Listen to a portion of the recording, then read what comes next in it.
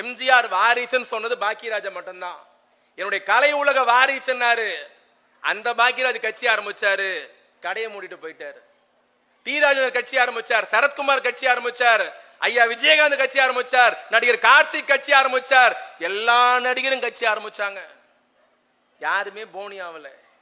நீங்க திருப்பி கேட்கலாம், அது எப்படி திமுக எதிர்த்து எந்த நடிகர் கட்சி ஆரம்பிச்சாலும் போனி ஆக மாட்டாங்க, என்ன காரணம் கேட்கிறீங்களா? என் கட்சி கிடைத்த தொண்டனை போல் இந்தியாவில் எந்த கட்சிக்கும் இப்படி ஒரு தொண்டன் கிடைத்திருக்க மாட்டான். எந்தவித எதிர்பார்ப்பு இல்லாமல் உடனே ஒருத்தர் கேட்பார், அப்ப எம்ஜிஆர் மட்டும் கட்சி ஆரம்பிச்சு ஜெயிக்கலையான்ட்டு. எம்ஜிஆர் நடிகரான கட்சி ஆரம்பிக்கல, திமுக இருந்துதான் நடிகர் ஆனார். திமுக 20 வருஷம் எம்ஜிஆர் உழைச்சார். எம்ஜிஆர் திமுக வளர்த்தார், திமுக எம்ஜிஆரை வளர்த்தது. 25 வருஷம் எம்ஜிஆர் திமுக இருந்து பிரிஞ்சு போன பிறகுதான் அன்றைய அரசியல் சூழ்நிலை எம்ஜிஆர் ஜெயிக்க முடிஞ்சது. இன்னைக்கு எம்ஜிஆர் ஜெயிக்க முடியாது. எத்தனையோ நடிகர் வந்து போயிட்டார்கள், திமுக அழிப்பன்ட்டு அழிக்க முடியல. இன்னைக்கு இந்த கட்சிக்கு வயசு 75. இங்க இருக்கிற எல்லாரும் எம்எல்ஏ எம்பி ஆயிட முடியுமா? எல்லாரும் மந்திரி ஆயிட முடியுமா? எல்லாரும் கோட்டைக்கு போட முடியுமா? திமுக துண்ணுகிற ஒரு பெருமை என்ன தெரியுமா? பிச்சைக்காரனாக செத்தாலும் திமுக கட்சிக்காரனாக சாக வேண்டும். அதுதான் ஒவ்வொரு திமுக தன்னுடைய பெருமை. நான் முதலே சொன்ன இந்த கட்சிக்கு வயது 75. இந்தியாவில் எந்த கட்சிக்கும் இல்லாத பெருமை திமுகவுக்கு உண்டு. திமுக காரன் கெத்தா இருக்கிறான், திமுறா இருக்கிறான். என்ன காரணம்?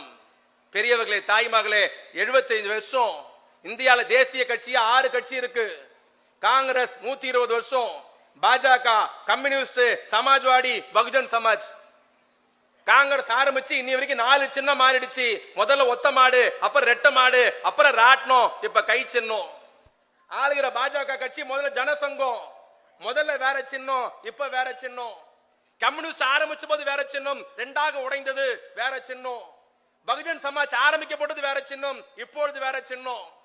சமாஜ்வாடி ஆரம்பிக்கப்பட்டது வேற சின்னம், இப்பொழுது வேற சின்னம். இந்தியாவில் 6 தேசிய கட்சி ஆரம்பிக்கப்பட்டது வேற சின்னம், இப்பொழுது வேற சின்னம் வைத்திருக்கிறார்கள்.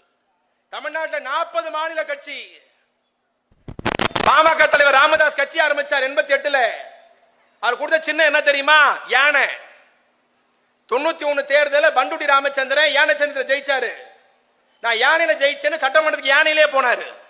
தாமரக்கணி விட்டான் ஒரு அறை, யானையும் காணும் ராமச்சந்திரனையும் காணும். யானையை ஜூல விட்டாங்க, ராமச்சந்திரன் வீட்டுக்கு போயிட்டாரு.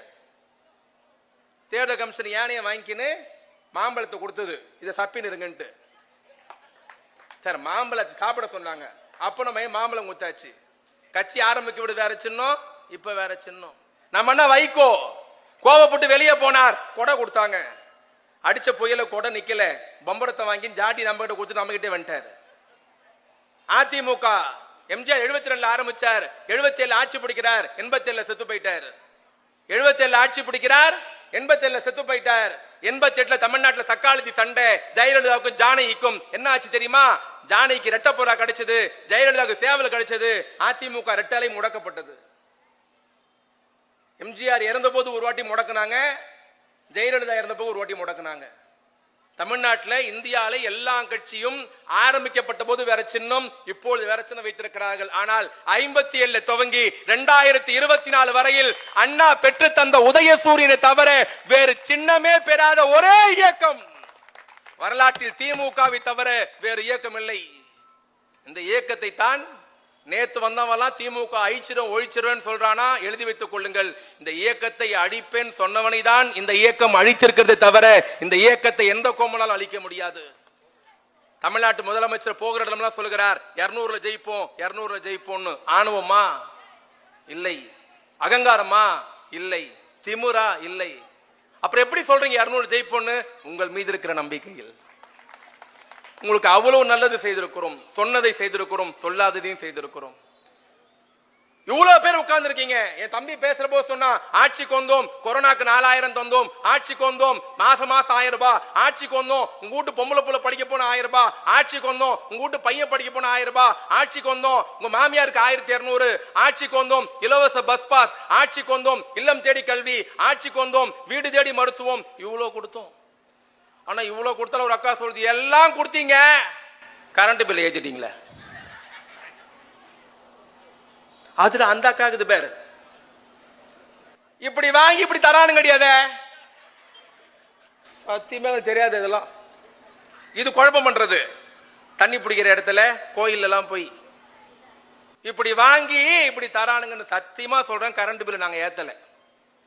உனக்கு சந்தேகம் வந்தா போறப்ப மாரியத்தை கொள்ள மண்ணவாரி போட்டுப்போ. நாங்க ஏத்தல. நீ திருப்பி கேட்கலாம், ஏன் ஆளுங்கட்சி எம்எல்ஏ மோகன் தாயா, மாவட்ட செயலர் நிலைக்குழு சிற்றரசு தாயா, பரமசிவம் தான் கவுன்சில், நீங்க தான் பவர்ல இருக்கிறீங்க, இப்ப நீங்க கரண்ட் பில் ஏத்தாம யார அக்கா இப்பயும் சொல்ற நாங்க ஏத்தல. அப்ப யார் ஏத்துனது? ஒரு படத்தை சொல்லுவான் தெரியுமா, எல்லாம் மேலகிறோம் பார்த்துப்பான்ட்டு, எல்லாம் மேலகிறோம் பார்த்துப்பான்ட்டு. அந்த மாதிரி தான் 2011 2021 10 வருஷம் அதிமுக ஆட்சி நடந்தது. அந்த அம்மா 6 வருஷம் முதலமைச்சர் இருந்தது. நான் இப்ப அந்த அம்மா தான் சொன்னேன், பேர் சொல்லல. கவனிச்சிங்களா? பேர் சொல்லல. இதே ஜெயலலிதா சாவதுக்கு முன்னாடி இதே அண்ணா நகர்ல பல இடத்துல கூட்டம் பேசிக்கிறேன், ஜெயலலிதா தான் சொல்லியிருக்கேன். அந்த அம்மா உயிரோடு சொல்ல ஜெயலலிதான்னு சொன்னேன். இப்ப அம்மா அம்மான்னு மரியாதையை தான் கூப்பிடுறேன். ஏன் தெரியுமா? அந்த அம்மா செத்த பிறகு தான் அந்த அம்மா மேல ஒரு மரியாதையே வந்தது. நீ திருப்பி கேட்கலாம், ஏன்பா உயிரோடு இருக்க சொல்ல மதிக்கல, செத்து போன பிறகு அம்மான்னு மதிக்கிறேன்னு சொல்லி. என்ன தெரியுமா காரணம்? செத்து போன பிறகு ஜெயலலிதா மேல ஏன் தெரியுமா மரியாதை வந்தது? இவ்வளவு பைத்தியக்காரரை வச்சு கட்சி நடத்திருக்கு பாரு. சாதாரண விஷயம் கிடையாது. அந்த அம்மா 6 வருஷம் முதலமைச்சர் இருந்து செத்து போச்சு. அப்புறம் ஓபிஎஸ் வந்து இபிஎஸ் வந்தாரு, ஓபிஎஸ் வந்தாரு. அந்த மாதிரி 2014 2வது முறை ஜெயிச்சு முதலமைச்சர் இருக்கிற பொழுது நல்லா கவனிக்கணும். யாராவது அதிமுக அந்த கூட்டத்தை கேட்டுட்டு இருந்தீங்கன்னா நாளைக்கு கூட்டம் போட்டு பதில் சொல்லணும். டெல்லியில இருந்து ஒரு ஃபைல் வருது ஜெயலலிதா கிட்ட. பிஏ கொண்டு போய் ஜெயலலிதா கொடுக்குறாங்க. ஐயா அம்மா இந்த ஃபைல கையெழுத்து போட சொன்னார் மோடின்ட்டு. அந்த ஃபைல ஜெயலலிதா அம்மா படிச்சு பார்த்துதான் கண்ணெல்லாம் செவுந்து போச்சான், டென்ஷன் ஆயிடுச்சான், மூஞ்சில தூக்கி வீசிச்சான். யார்கிட்ட கையெழுத்து கேட்கறீங்க? விளையாடுறீங்களா? ஏன் ஜெயலலிதா அவ்வளவு கோபப்பட்டாங்க? ஏன் அவ்வளவு டென்ஷன் ஆனாங்க? ஏன் அந்த ஃபைலை தூக்கி அடிச்சாங்க? அந்த ஃபைல் பேர் என்ன தெரியுமா? உதய் மின் திட்டம். நல்லா மனசுல வச்சுக்கோ. அந்த கோப்பு பேர் என்ன? சத்தமா சொல்லுங்க. உதய் மின் திட்டம். ஏன் அந்த கோப்பை பார்த்த உடனே ஃபைலை பார்த்தோம் ஜெயலலிதா கோவப்பட்டு மூஞ்சில தூக்கி வீசிச்சுன்னா, அந்த ஃபைலை கொடுத்து அனுப்பிச்சது மோடி அரசாங்கம். ஜெயலலிதா பார்த்தோன்னு ஏன் கோவப்பட்டாங்கன்னா, அதுல என்ன எழுதி இருந்ததுன்னா, இனிமே தமிழ்நாட்டில் கரண்ட் பில்ல நாங்க தான் ஏத்துவோம். எழுதி அனுப்பிச்சது யாரு? யாரு? இத பார்த்தோன்னு அந்த அம்மா சொல்லிச்சான். நான் சொன்னேன்ல இறந்த பிறகு அந்த அம்மா மேல மரியாதை வந்ததுன்னு. அந்த அம்மா புடவை தான் கட்டி இருந்தது, ஆனா ஆம்பளை மாதிரி முடிவெடுத்தது. அந்த அம்மாயை பாராட்ட வேண்டும். பார்த்து இந்த ஃபைலை பார்த்து அந்த அம்மா சொல்லிச்சான், ஏன் ஸ்டேட்ல கரண்ட் பில்லை எப்போ ஏத்தணும் குறைக்கணும் நான் தாண்டா முடிவு பண்ணணும், டெல்லியில் இருக்கிற மோடி முடிவு பண்ணக்கூடாது, கையெழுத்து போட மாட்டேன்ட்டு அந்த அம்மா சொல்லிடுச்சு. அந்த அம்மா 2014 செத்து போச்சு. 4ஆம் தேதி செத்துதான், 5ஆம் தேதி செத்துதான். யார் அடிச்சா என்ன? 1 கோடி ரூபாய் இட்லி துணுக்குறானுங்க. எவ்வளவுக்கு? அந்த அம்மா சீரியஸ் ஆகுது. இவனுங்க 1 கோடி ரூபாய் இட்லி துணுக்குறானுங்க. அப்போலோ ஹாஸ்பிட்டல்ல மட்டுமே இட்லி சாப்பிட்ட பில்லு மட்டும் 1 கோடி ரூபாய். விளங்குவாங்களா அவனுங்க? கையெழுத்து போட மாட்டேன்னு சொல்லி அந்த மாதிரி செத்து போச்சு. நல்லா கவனிக்கணும். உதய் மின் திட்டம் மோடி கொடுத்து அனுப்புறார். இந்த அம்மா கோவப்படுது, தூக்கி மூஞ்சில வீசுது, கையெழுத்து போடல. இவனுங்க ஆட்சிக்கு வந்தானுங்க. தான் மேல வழக்கு விடக்கூடாது, தான் பாதிக்கப்படக்கூடாது, தான் பதவியை காப்பாத்திக்கணும்ட்டு டெல்லியில இருந்து கோப்பு சென்னைக்கு வந்தது, கையெழுத்து போடல. இவனுங்க 3 பேர் டெல்லிக்கு போ. அண்ணா ரொம்ப முக்கியம். இப்ப அது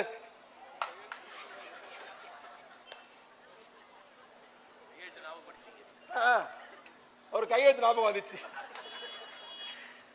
இந்த 3 பேர் டெல்லி கிளம்பி போனானுங்க. எடப்பாடி பழனிசாமி, ஓபிஎஸ், தங்கமணியும் அன்னைக்கு மின்சாரத்துறை அமைச்சர் டெல்லிக்கு போய் மோடி காலில் விழுந்து அந்த கால் ஷூவை பாலிஷ் பண்ணிட்டு, எந்த கோப்புல ஜெயலலிதா கையெழுத்து போட மாட்டேன்னாரோ அந்த கோப்புல தங்கமணி கையெழுத்து போட்டாரு. இவனுங்க ஜெயலலிதா விசுவாசியா? அம்மா ஆட்சி நடத்துவோம். அம்மா கையெழுத்து போட மாட்டேன்னு சொன்ன கோப்புல போய் கையெழுத்து போட்டானுங்க. சரண்டா ஆயிட்டானுங்க, விட்டு கொடுத்துட்டானுங்க, தமிழ்நாட்டை வித்துட்டானுங்க. சென்னைக்கு வந்தாச்சு. 2021 திமுக ஆட்சிக்கு வருது. ஆட்சிக்கு வந்து 3 மாசம் டெல்லியில இருந்து லெட்டர் வருது முதலமைச்சருக்கு. என்ன லெட்டர் தெரியுமா? கரண்ட் பில்லை ஏத்துங்க. முதலமைச்சர் அதிர்ச்சி ஆயிட்டாராம். கரண்ட் பில்லை ஏத்துறதா? இப்போதான் கொரோனாலாம் முடிஞ்சு மக்கள் மூச்சு விடவே ஆரம்பிச்சிருக்காங்க, எப்படி கரண்ட் பில்லை ஏத்துறதுன்ட்டு. அடுத்த கேள்வி கேட்டாராம், 2வது கரண்ட் பில்லை ஏத்த சொல்லி சொல்றதுக்கு நீங்க யாரு? நான் தானே முதலமைச்சர் கேட்கிறப்போ டெல்லிக்காரன் சொல்லியிருக்கிறான், போன வாட்டி ஆட்சியில் இருந்தவங்க சரண்டர் எழுதி கொடுத்துட்டான். உதயமின் திட்டத்தில் கையெழுத்து போட்டான். இனிமே அந்த அதிகாரம் எங்களுக்கு தான் இருக்குன்னு டெல்லி சொன்னது. முதலமைச்சர் ஏத்தல. 2வது லெட்டர் வருது, முதலமைச்சர் ஏத்தல. 3வது லெட்டர் வருது, முதலமைச்சர் ஏத்தல. 4வது லெட்டர் வருது, முதலமைச்சர் ஏத்தல. 5வது லெட்டர் மோடி அரசாங்கம் யாருக்கு எழுதிச்சு தெரியுமா? முதலமைச்சருக்கு எழுதல, மின்சாரத்துறை அமைச்சருக்கு எழுதல, மின்சாரத்துறை செயலாளருக்கு எழுதல. டெல்லி யார்த்தமா லெட்டர் எழுதுது? தமிழ்நாடு ரிசர்வ் பேங்க்கு லெட்டர் எழுதுது. என்னன்னு தெரியுமா? நாங்க கரண்ட் பில்லை ஏத்த சொல்றோம், ஸ்டாலின் அரசாங்கம் ஏத்த மாட்டேன்னு சொல்லுது. ஆகவே இந்த மாசம் தமிழ்நாடு மின்சார வாரியத்துக்கு தர வேண்டிய தொகையை தராதீங்க. எவ்வளவு பாசம் பாத்தீங்களா மோடிக்கு? தமிழ்நாட்டு மக்கள் மேல எவ்வளவு அக்கறை பாத்தீங்களா? ஏத்த மாட்டேன் தமிழ்நாடு முதலமைச்சர் சொல்கிறார், ஏத்த சொல்லி மிரட்டார் மோடி. ரிசர்வ் பேங்க் லெட்டர் எழுதுறாங்க, அவன் கடன் தர மாட்டேன்ட்டான். அவன் மின்சார வாரியத்துக்கு கடன் தரலன்னா இபி நடத்த முடியாது. சும்மாவே இபி ஆபீசர் போன் எடுக்க மாட்டானுங்க. சம்பளம் கொடுக்கலன்னா கஷ்டமாயிடும். வேண்டா வெறுப்பா இவனுங்க கையெழுத்து போட்டதால மத்திய அரசாங்கம் கிட்ட சொல்லி யூனிட்டுக்கு 4னா 50 காசு ஏத்தணும். இப்ப சொல்லி யார் ஏத்துனது கரண்ட் பில்ல? யார் ஏத்துனது? சத்தமா சொல்லுங்க. அதுல இன்னொரு கொடுமை தெரியுமா? நாங்க ஏத்தது 4னா ஹவுஸ் ஓனர் ஏத்தது 44 ரூபாய். இந்த வாடகை வீட்டுல இருக்கிறவங்க பாவம். அரசாங்கம் ஏத்தது 4னா, ஹவுஸ் ஓனர் ஏத்தது அதை விட அதிகம். இன்னைக்கு கேட்கிறேன், ஜெயலலிதா கையெழுத்து போட மாட்டேன்னு சொன்ன கோப்புல கையெழுத்து போடுறது எடப்பாடி பழனிசாமி. அந்த கரண்ட் பில் காரணமா இருந்ததும் எடப்பாடி பழனிசாமி தான். இப்படி தமிழ்நாட்டு மக்களை வஞ்சித்துக் கொண்டிருப்பது மோடி அரசு. தமிழ்நாட்டு மக்களை அரண் போல் காப்பது நம்முடைய திராவிட மாடல் முதலமைச்சர் அண்ணன் தளபதி மு.க. ஸ்டாலின் தெரிவித்துக் கொண்டு மிக சிறப்பாகவும் மிக அழகாகவும் நம்முடைய இளைய தலைவர் பிறந்தநாள் விழா பொதுக்கூட்டத்தை ஏற்பாடு செய்து எனக்கும் பேசுற வாய்ப்பளித்த அண்ணன் சிற்றரசுக்கும் அண்ணன் மோகன் அவர்களுக்கும் பரமசிவனுக்கும் பாபு அவர்களுக்கும் என் நெஞ்சாத நன்றியை தெரிவித்துக் கொண்டு விடைபெறுகிறேன். நன்றி, வணக்கம்.